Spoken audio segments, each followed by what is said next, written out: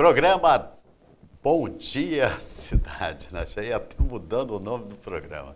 Estávamos aqui no intervalo falando sobre o dia a dia de Teresópolis. Eu quero desejar a você, meu amigo, minha amiga, um ótimo final de semana, um bom feriadão. Voltamos com o quadro O Seu Advogado Responde. Lúcia do Bairro do Alto, muito obrigado por estar participando e estar assistindo o nosso programa. Ela pergunta: tenho 35 anos de contribuição para a Previdência e 60 anos de idade. Ela pergunta, doutor Jarbas, se pode se aposentar. Ela já pode se aposentar com 35 anos de contribuição e idade de 60 anos? Sim, inclusive ela está se atrasando quase que 5 anos. Teria que ver em termos se ela teria alguma coisa, mas a partir dos 55 anos ela já tinha atingido um dos pré-requisitos, que é os 30 anos para a mulher. Então a mulher com 30 anos de contribuição já pode, dependendo de alguns fatores que a gente tem que ver com relação à idade, quando entrou no mercado de trabalho, tudo isso, ela poderia já se aposentar a partir dos 55 anos. Dos 55 anos. Quer dizer, aí seria aposentadoria por idade?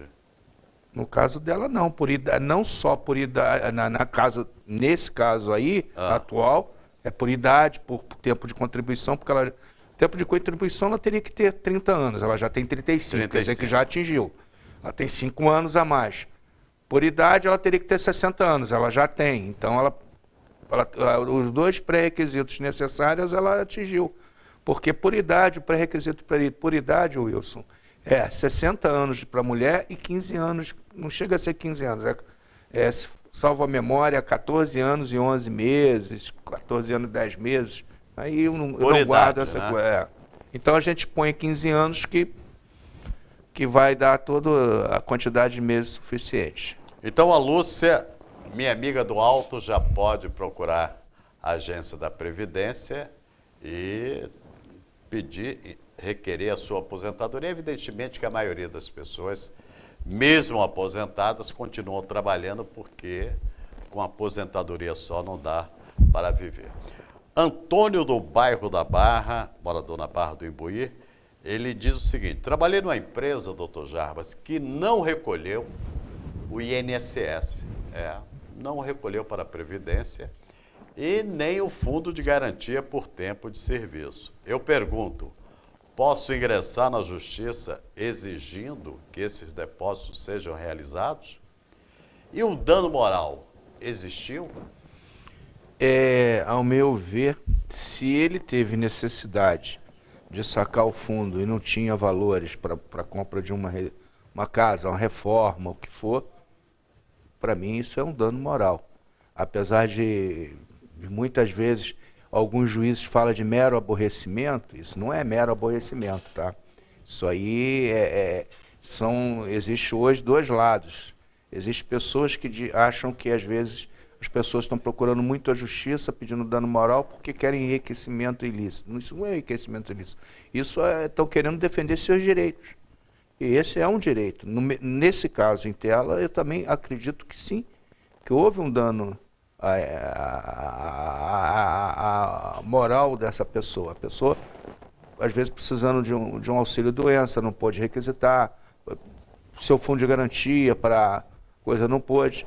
Com relação a se ela pode ingressar na justiça, sim, na justiça Antônio. Antônio, sim. Eu estava respondendo em termos de ela, a pessoa, sim. O Antônio, você pode, não só pode, como deve procurar a Justiça do Trabalho. Em muitos casos existe a decadência de 5 anos, mas esses dois casos não existem.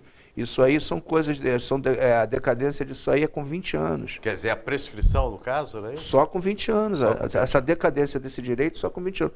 Em termos de fundo de garantia e previdência social. Previdência social. Quer dizer, o dano moral existe, né? Pelo menos sobre a minha ótica. A ótica. Agora, os juízes a gente não pode responder por eles.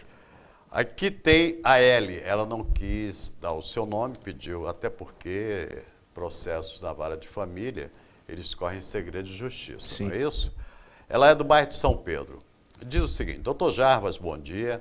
Tem uma filha com 18 anos, que recebe pensão alimentícia, o pai disse que não vai mais pagar, mesmo ela estando na universidade com 18 anos, né, que é a idade dela. Eu pergunto, ela tem direito, mesmo com 18 anos, a quem devo recorrer? Essa é uma questão de direito de família, né? Sim, e nós temos aqui em Teresópolis 2 ótimos juízes na vara de família, os 2 titulares, o Dr. José Ricardo e o Dr. Rafael, são ótimos juízes. Isso aí é pacificado, Wilson. Os filhos, quando estão estudando até os 24 anos, sem sombra de dúvida, existe, ao meu ver, uma obrigação, além da obrigação que a lei obriga, a obrigação moral também do pai. Poxa, a não ser que ele não tenha condições. Pô, qual o pai hoje, acredito que eu, graças a Deus, já formei um, não existe. Foi o dia mais alegre da minha vida depois do nascimento dele e do meu casamento. Foi a formatura do meu filho. Aquilo ali me deu um... que eu acho que a obrigação de um pai, hoje em dia,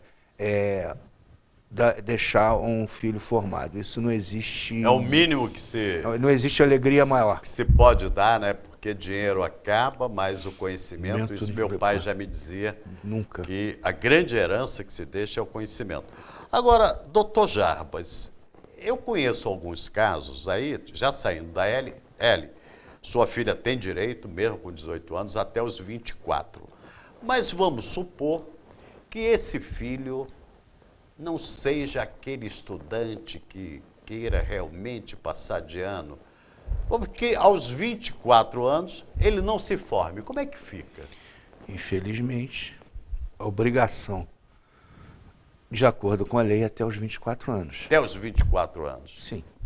Okay. Agora, existe, por exemplo, também uma exceção no caso dos filhos, os filhos especiais. O pai vai ter pro resto da vida essa obrigação. Mas eu pergunto, em cima desse tema, se o filho fizer uma faculdade de Direito e até ele ter a carteira da OAB para poder trabalhar, a Justiça dá o direito a ele continuar recebendo a pensão? Não, não. A obrigatoriedade da pensão é até o término da faculdade. Do curso superior, do né? Do curso superior, acabou. Ou pode ser outro curso também, né? Sim. Agora, por exemplo, a pessoa, por exemplo, tem pessoas que entram numa universidade com 15, 16 anos.